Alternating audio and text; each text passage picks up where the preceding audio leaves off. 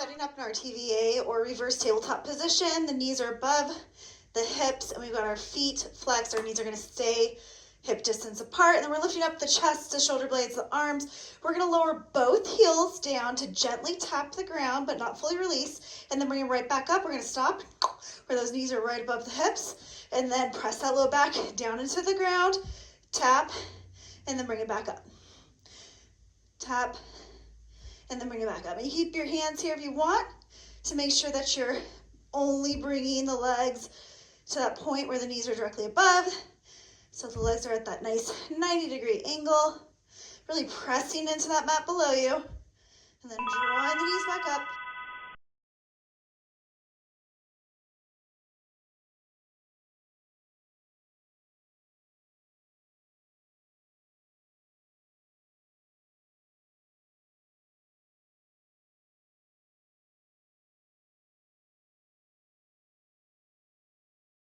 Starting with the right foot grounded, and then in your fingertips on the ground. You can also have blocks under your hands that might make it easier. We're going to tap the left knee to the right calf and then expand outward. So keep the hips nice and square.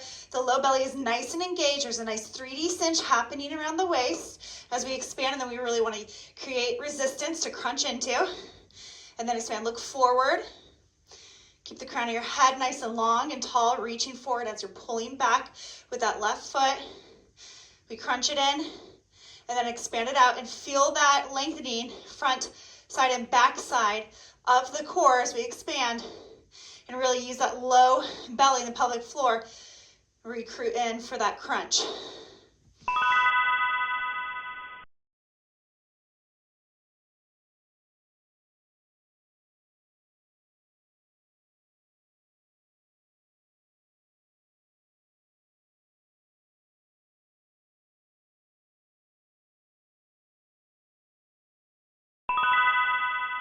Same thing on opposite side, really try to create that suction lock before you begin.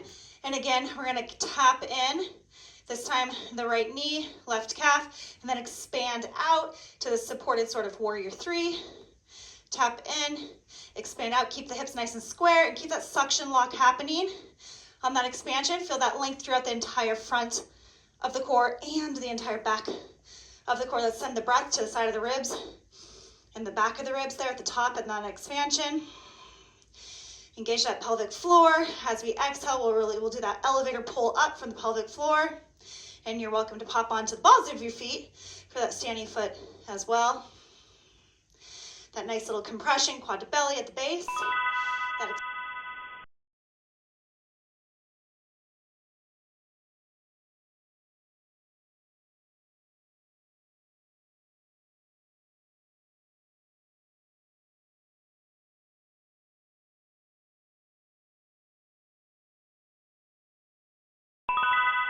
Start in a high plank position, nice and straight and strong. Low belly zipped up and puff up that upper back. Rotate over to the right. I think it's a bat and back.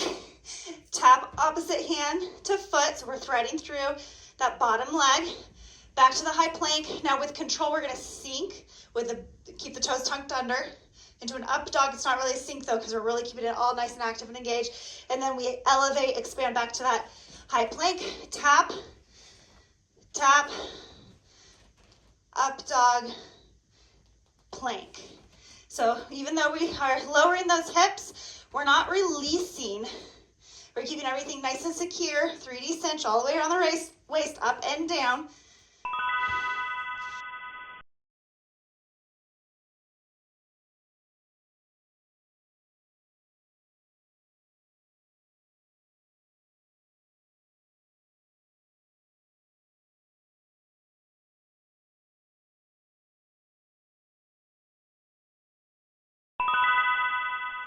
All right, we're in a stag position with our legs. We're facing the right side, but then hands are positioned and gaze and chest are positioned forward. So that left leg's on the bottom. We're gonna press up, but really recruit from the pelvic floor and then draw it all the way upward as we draw the right leg up. Tap right knee, right tricep, and then lower with resistance. So no sinking down, no releasing, but lower with resistance and then draw up. So we're almost drawing back like it's really thick mud. We're sinking back and laying into, and then we come back up with that same reverse resistance to tap knee to tricep. So getting the position right on here is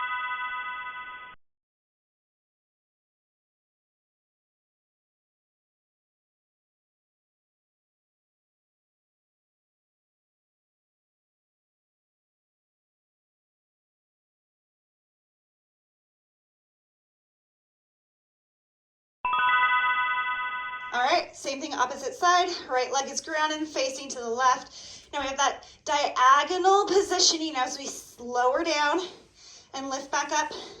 We've got a diagonal incline and then decline, and we want it to be enough that we really have to recourt the core to stabilize and put the effort into that forward and back movement, but not so much that we can't control that movement. So we want it to be manageable, but a little extra, so that we're challenging ourselves so that we can grow.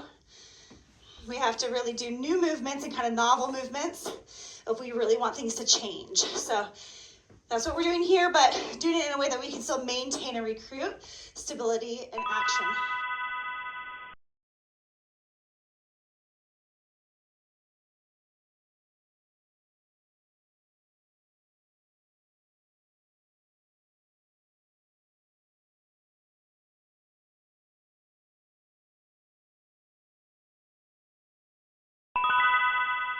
Round two, that TVA, cinch around the waist, really maintaining the stability here. At the hip points, draw the knees up so they're above the hips. We've got 90-degree angle, and then we're gonna lift with power so we're not cranking in the upper body.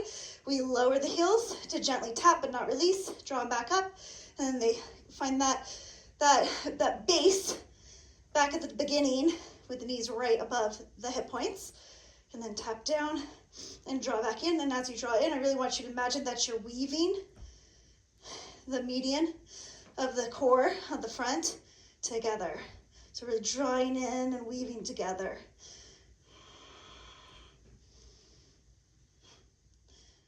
Nice.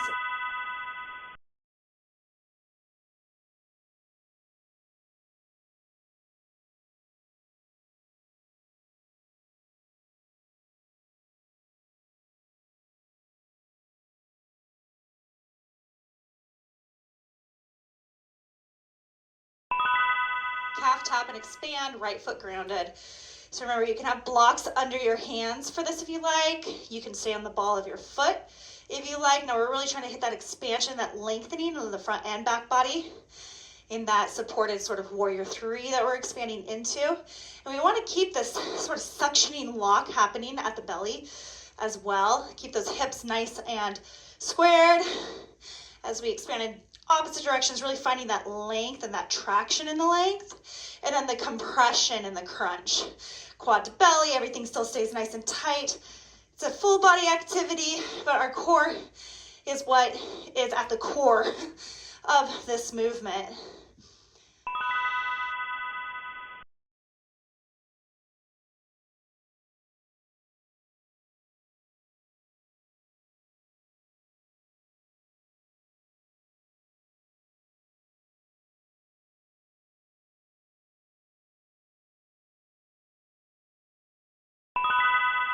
Same thing, opposite side, so initiate that suction lock. Keep that with you. We're gonna tap, right knee to left calf, and then it really expand, lengthening front and back body, compress, and tap, and expand, and lengthen. So the beautiful thing about really working the true core in a functional and dynamic way is that it becomes a full body activity. You really work the core and you work it beautifully, but you can't help but have that effect every other part of your body. As you can imagine, this is our central sort of region that everything else connects to. So you just can't help but get the whole body involved in the way we do it. We really connect the brain to the body.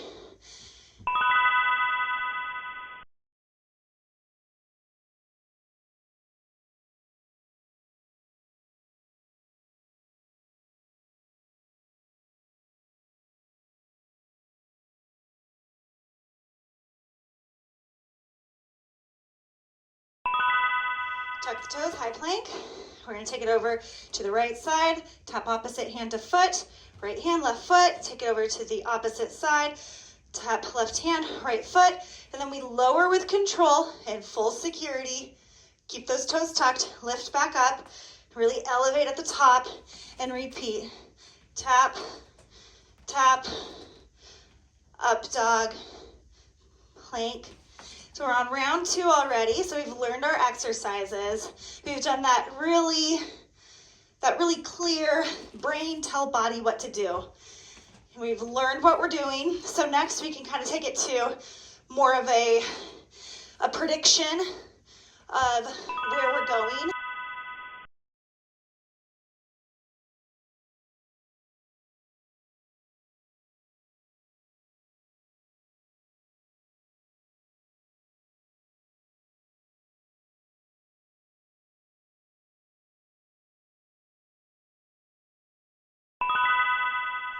Twisted stag taps, left leg grounded. We lift up, tap right knee, right tricep, and then we resist back down at that diagonal, and we recruit up, and we resist down. So yeah, our stage 1, our round 1, was all about just telling the body exactly what to do. Saying, okay, get in this position with this leg and tap here. Our stage 2 is kind of fine tuning, so we can predict a bit where we're going, so we can send information back and forth now between the skeletal muscles, up the spinal cord to the brain. We can work via these nerves and these senses to fine tune the movement.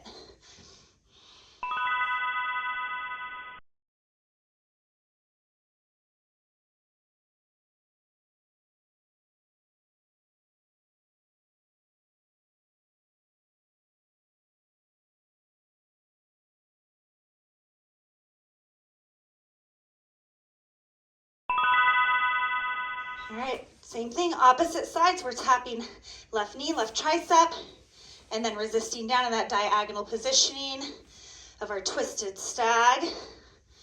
Resisting up and resisting down.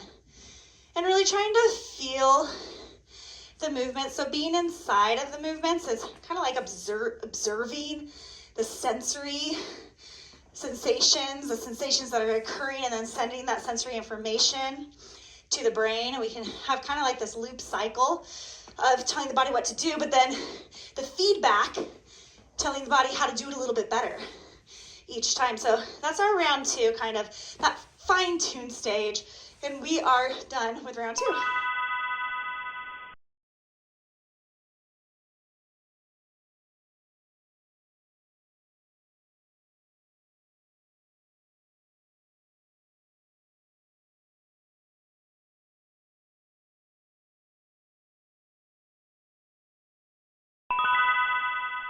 And so begins round 3, starting with the hill taps, TVA or reverse tabletop hill taps. So now that we've done through just the direct communication, brain tells body what to do, to body relays information to brain about how to do it a little bit better. We can predict a little bit better, knowing where we're going and what it's supposed to feel like or what didn't feel great, how to do it a little bit better. And then round 3, and it'd be really great if it worked this fast, but it's kind of just use that visualization of neuroplasticity, the fact through science that's been proven that we can change our brain, and this could come down to movements and the way that we move, and if we retrain our brain to move in a different way, in a better way, then we can change our brain.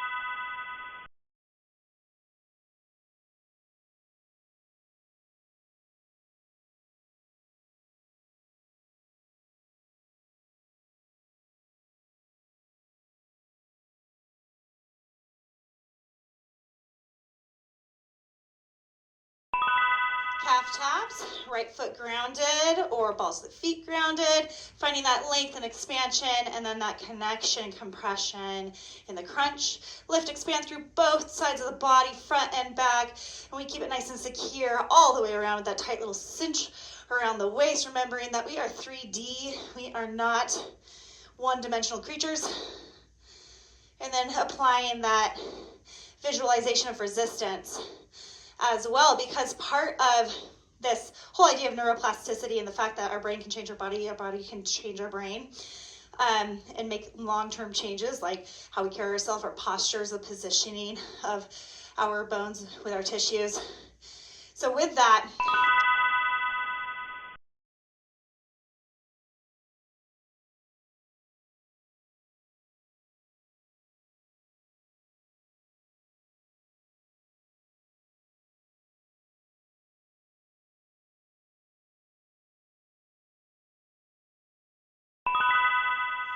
same thing, opposite side. So we'll just continue that conversation along with continuing the same exercise on the opposite side. So with that idea that doing something new, it has to be something new and challenging to change the brain. But say you're an adult, we'll just take a real test or a real experiment that was done in 1995. You start to play piano after a while, like say a week, I think was the length of the test, and then the brain begins to change.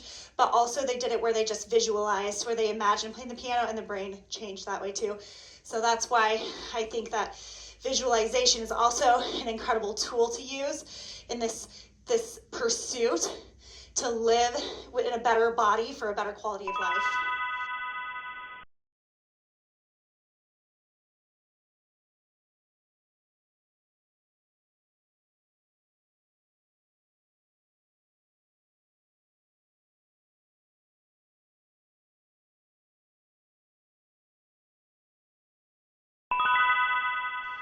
Taking it from high plank, twisting over to side, tapping left foot, right hand, back through center, over to the opposite side, left hand, right foot, back to center, lower with control, inflate with power, tap, tap, and repeat. Then we're almost done here. So now that you've been here, we've told the body what to do.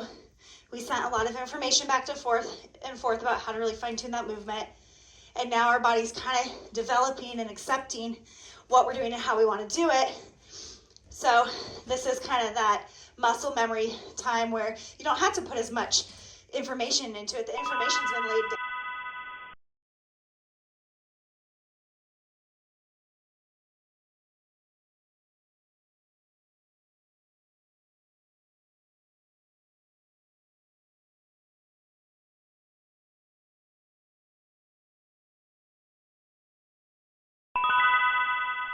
All right, and so here we go, our twisted stag, knee to tricep tap, and lowering at that diagonal with resistance and control, finding something we can work with without sacrificing, without causing damage, but something where we challenge ourselves, because that's where you grow. It needs to be novel, it needs to be challenging.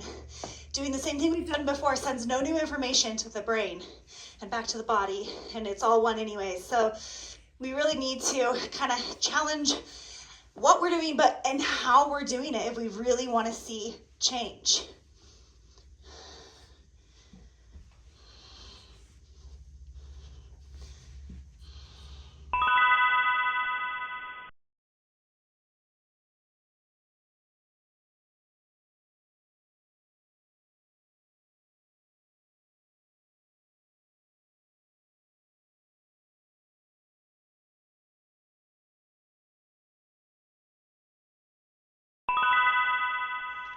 All right, same thing, opposite side in our last exercise, our third round. So another thing maybe we'll talk about in our second day of exercises this week is going to be rhythmic processing. So this is kind of cool too, right? Like you're doing all these things that just doing them and listening to me and following along and hitting those timers, showing up, changes the body, changes the brain. But then there's this rhythmic processing. So as I'm telling you this information, if you're interested in this sort of thing, and you're doing these repetitive movements, it's also helping your brain catalog information and process it and file it away. So that's pretty cool too. So we're getting a lot out of this.